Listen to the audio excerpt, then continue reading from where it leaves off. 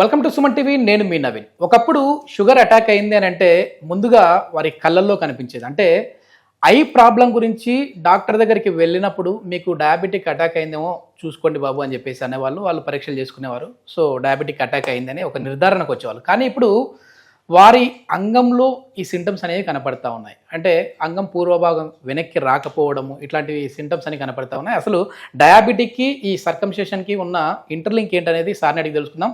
ప్రస్తుతం మనం వచ్చేసి ట్రీట్మెంట్ రేంజ్ హాస్పిటల్లో ఉన్నాం. మనతో ఉన్నారు ప్రముఖ laparoscopic and laser surgeon doctor Vinay గారు. హాయ్ సార్, నమస్తే. హలో, నమస్తే సార్, ఇంట్రడక్షన్ కరెక్ట్గానే చెప్పానా? ఒకప్పుడు ఐలో కనపడేది, ఇప్పుడు వచ్చేసేసి మన ఈ పినల్ పార్ట్లో కనపడతా ఉంది. సో ఎందుకు అసలు ఈ ఇంటర్లింక్ ఏంటి దీనికి? అంటే షుగర్కి ఈ అంగస్తంభన సమస్యకు కావచ్చు, లేదంటే ఆ ఫోర్స్కి వెనక్కి రాకపోవడం కావచ్చు. మీరు అన్నట్టు ఇంతకుముందు మనం షుగర్ వస్తే కళ్ళల్లో వాళ్ళకి ఏంటంటే ఐసైట్ చూపు మందగించడం, లేకపోతే ఇవి తగ్గడం చూస్తూ ఉంటాం. కాకపోతే ఎక్కువ శాతం ఇప్పుడు ఈ రోజుల్లో మన దగ్గరకు వచ్చే పేషెంట్స్లో ఏంటంటే అంగానికి సంబంధించిన సమస్యతో వస్తున్నారు. అది కూడా ఏంటంటే మనకి అంగం ముందు ఉండే చర్మాన్ని మనం ఫోర్ స్కిన్ అంటాము. దాని మీద ఏంటంటే ఎక్కువ మెజారిటీ ఒక యంగ్ పేషెంట్స్ ఈ మధ్యలో మనము 25 కానీ లేకపోతే 35 ఇయర్స్లో వాళ్ళల్లో కూడా ఆ చర్మం పగుళ్ళతో వస్తున్నారు. Okay okay. చర్మం ఒక 2-3 డేస్ అయింది పగిలి, లేదంటే ఒక వారం అవుతుంది, దాని మీద ఎర్రగా అవ్వడము, లేకపోతే మంట రావడం, నొప్పి, చర్మము గట్టిగా అయిపోయి వెనక్కి రావట్లేదని వస్తున్నారు. ఓకే. సో వీళ్ళల్లో మనం ఫస్ట్ ఏంటంటే షుగర్ ఉందా లేదా అని మనం టెస్ట్ చేస్తే 90% పేషెంట్స్లో ఏంటంటే షుగర్ ఉంటుంది. సో ఈ రకంగా వాళ్ళకి షుగర్ ఉందని బయటపడుతుంది. ఎందుకు సార్ అది ముందుగానే అక్కడ ఎందుకు సింటమ్స్ తెలుస్తూ ఉన్నాయి? సిమ్టమ్స్ ఎందుకు అంటే మనకి శరీరంలో వేరే ప్లేస్లో తగ్గినట్టు మనకి ఆ ముందు చర్మం దగ్గర ఇన్ఫెక్షన్ తగ్గదు. అది కూడా ఏంటంటే షుగర్ ఉన్న వాళ్ళల్లో మనకి ఇన్ఫెక్షన్ ఛాన్సెస్ ఎక్కువ ఉంటాయి. సో వాళ్ళల్లో ఏంటంటే ఎక్కువ శాతం మందిలో యూరిన్ పోసుకున్నప్పుడు కానీ సరిగ్గా క్లీన్ చేసుకోకపోవడం, లేకపోతే చర్మం వెనక్కి అనుకొని శుభ్రం చేసుకోకపోవడం వల్ల ఈ ఏంటంటే మనకు అక్కడ సెక్రీషన్స్ వస్తూ ఉంటాయి, మనం స్మెగ్మా అంటాము. సో అది అక్కడ పేరుకపోవడం వల్ల చర్మం త్వరగా చెడిపోతూ ఉంటుంది.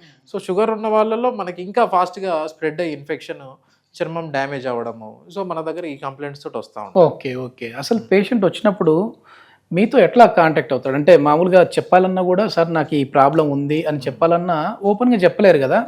సో అంటే డయాబెటిక్ అటాక్ అయిన వాళ్ళు కావచ్చు, లేదంటే సర్కంసిషన్ చేయించుకోవడానికి వచ్చేవాళ్ళు కావచ్చు, ఎట్లా చెప్తారు వాళ్ళు? కొంతమంది పేషెంట్స్ ఏంటంటే మనకు అంగం ముందు చర్మం నొప్పి వస్తుంది, లేకపోతే నాకు ఇంటర్ కోర్స్ టైంలో పెయిన్ వస్తుంది, ముందు ఆ గ్లాన్స్ అనే దాని మీద కానీ, లేకపోతే ఆ ముందు చర్మం మీద నొప్పి రావడం కానీ, నేను మామూలుగా చర్మం క్లీన్ చేసుకుందామని వెనక్కి లాగుతుంటే పగుళ్ళు ఏర్పడుతున్నాయి.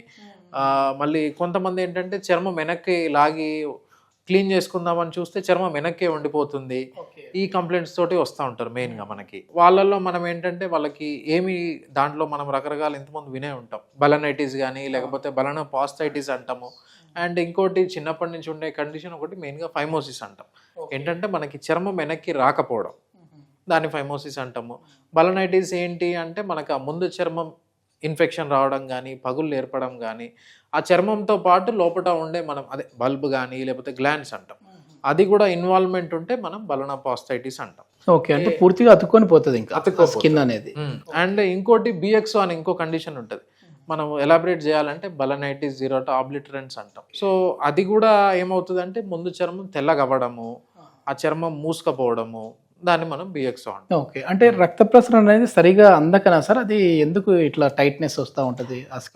టైట్నెస్ ఎందుకు వస్తుంది అంటే యూజువల్గా మనకి ముందు చర్మానికి ఎలాస్టిసిటీ ఉంటుంది. అంటే మనకి రబ్బర్ బ్యాండ్ లాగా చిన్నగా అవ్వడం, లేకపోతే స్ట్రెచ్ అవ్వడం.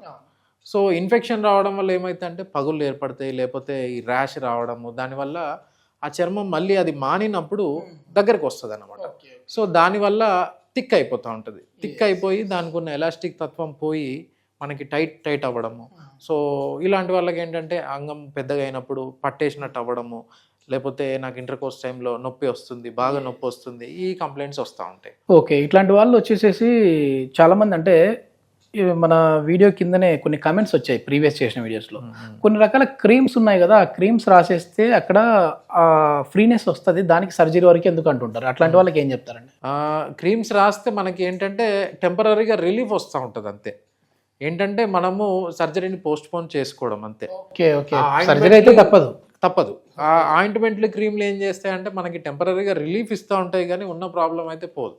సో ఇన్ఫెక్షన్ అనేది మనకు ఒక 20-30% తగ్గినట్టు అనిపించి తగ్గిపోయిందిలే దీన్ని వదిలేయచ్చు అనుకుంటా ఉంటారు, కానీ ప్రాబ్లం ఇంకా పెరుగుతూ ఉంటుంది. ఇప్పుడు డయాబెటిక్ వచ్చిన వాళ్ళు మామూలుగా ఎప్పుడు చేయించుకోవాలి సార్? వాళ్ళకి ఈ సమస్య వచ్చింది, నాకు ఈ టైట్నెస్ వచ్చింది అని అన్నప్పుడేనా, లేదంటే ఈరోజు మాకు డయాబెటిక్ అటాక్ అయింది, మరి ఏంటి మేము ముందుగా ఫస్ట్ గానే సర్కం చేయించుకోవాలా అని అనుకునే వాళ్ళు ఉంటారు. సో ఎప్పుడు అవసరం పడుతుంది ఇది? సర్కంసిషన్ షుగర్ ఉన్న వాళ్ళు ముందు జాగ్రత్త చేయించుకోవడంలో తప్పులేదు, 100%. సో అది మంచిదే. ఫర్దర్ గా మళ్ళీ ఇన్ఫెక్షన్స్ వచ్చి సఫర్ అవ్వడం కంటే ముందు చేయించుకోవడం చాలా మంచిది. ఇంకో షుగర్ ఉన్న వాళ్ళలో ఏంటంటే ఆ పగుళ్ళు కానీ లేకపోతే పెయిన్ లేకపోతే ఈ ర్యాష్ అనేవి వచ్చినప్పుడు ఇమీడియట్ గా మనం డాక్టర్ అడ్వైస్ తీసుకోవడం చాలా మంచిది. ఎందుకంటే దాన్ని ఇంకా కాంప్లికేట్ అయ్యి అతుకులు ఏర్పడితే మనకి ఫర్దర్ గా సర్జరీ చేసుకున్నా అంటే రిజల్ట్స్ బాగానే ఉంటాయి, కానీ కొంచెం రికవరీ అనేది కొద్దిగా డిలే. ఓకే సార్, యాక్చువల్గా ఈ సర్కంసిషన్ సర్జరీ అంటే సుంతి ఆపరేషన్ అంటేనే భయపడిపోతూ ఉంటారు. అంటే ఇది ఒక చిన్న ఏజ్లోనే చేయించుకోవాలి, పెద్ద ఏజ్లో చేయించుకుంటే అది ఒక పెద్ద నరకం, ఇంకొక మాటలో చెప్పాలంటే అని అంటూ ఉంటారు. సో ఇక్కడ ఎట్లాంటి ట్రీట్మెంట్ విధానం ఉంది? మనం ఇక్కడ చేసే పద్ధతి కంప్లీట్గా ఏంటంటే స్టాప్లర్ అంటాం, స్టాప్లర్ సర్కంసిషన్. మనం ఇక్కడ చూడొచ్చు, మనకి రకరకాల, ఒకటి వైట్ కలర్ స్టాప్లర్, లేకపోతే గోల్డ్, ఇంకోటి బ్లాక్.